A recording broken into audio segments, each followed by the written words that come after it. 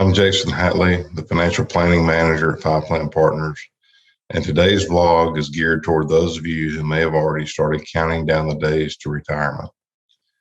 The specific topic is enrolling for Medicare coverage. So let's start out by just spending a few minutes talking about what Medicare is. In general terms, Medicare is healthcare coverage for people who are age 65 or older. There are three basic coverage components to Medicare. First, you have Part A, which is the hospital insurance. This is going to cover hospital inpatient stays and rehabilitative nursing home stays. It's also going to provide coverage for hospice and home health care. Next, you have Part B, which is the medical coverage. This is going to cover doctor's visits, outpatient services, durable medical equipment, preventative care, things of that nature. And finally, you have Part D, which is the prescription drug coverage. Now, when you enroll in Medicare, there are two basic routes you can take. First, you have what's referred to as original Medicare, which includes the basic Part A hospital coverage and Part B medical coverage. Under original Medicare, you can use any healthcare provider across the country that accepts Medicare coverage. With original Medicare, you also have the option to add Part D coverage, the prescription drug coverage, for an additional premium. You also have the option to add supplemental coverage plans, which we'll get into in a later vlog.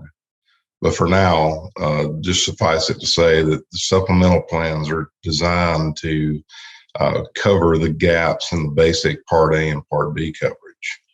And therefore, they're commonly known as Medigap plans. The second route you can take is what's called Medicare Advantage, also known as Medicare Part C.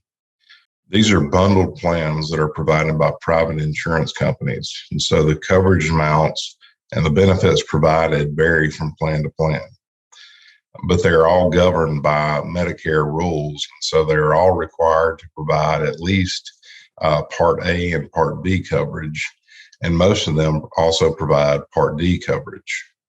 Most of these plans also include coverage for additional benefits that are not covered under original Medicare, like vision, dental, and hearing coverage.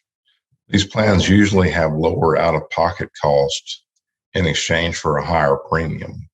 They also typically require you to use providers that are included in the plan's provider network. Once you decide which plan is right for you, the next step is then to go through the enrollment process. There are very specific timeframes during which you can enroll, and it's very important to make sure you enroll during one of those allotted windows to make sure you avoid the very hefty late enrollment penalty.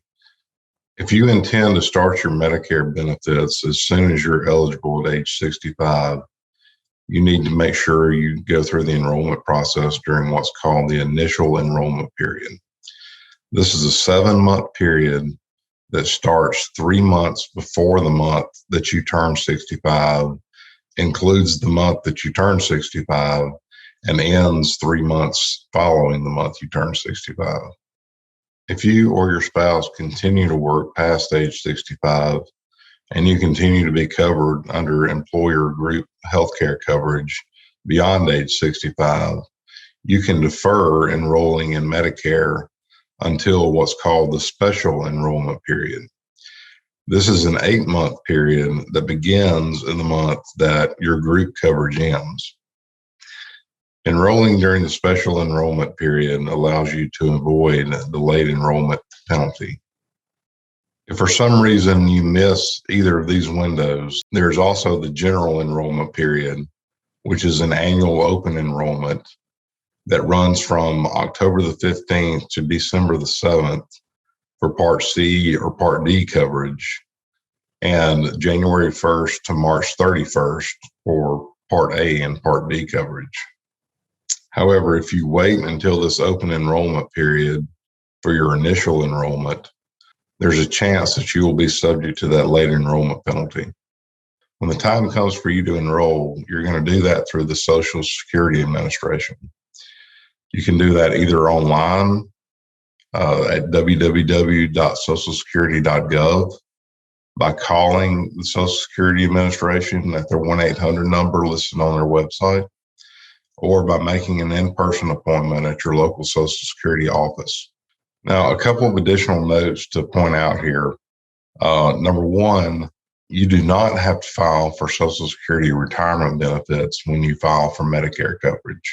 You can enroll in Medicare at age 65 and allow your Social Security retirement benefits to continue to grow until age 70.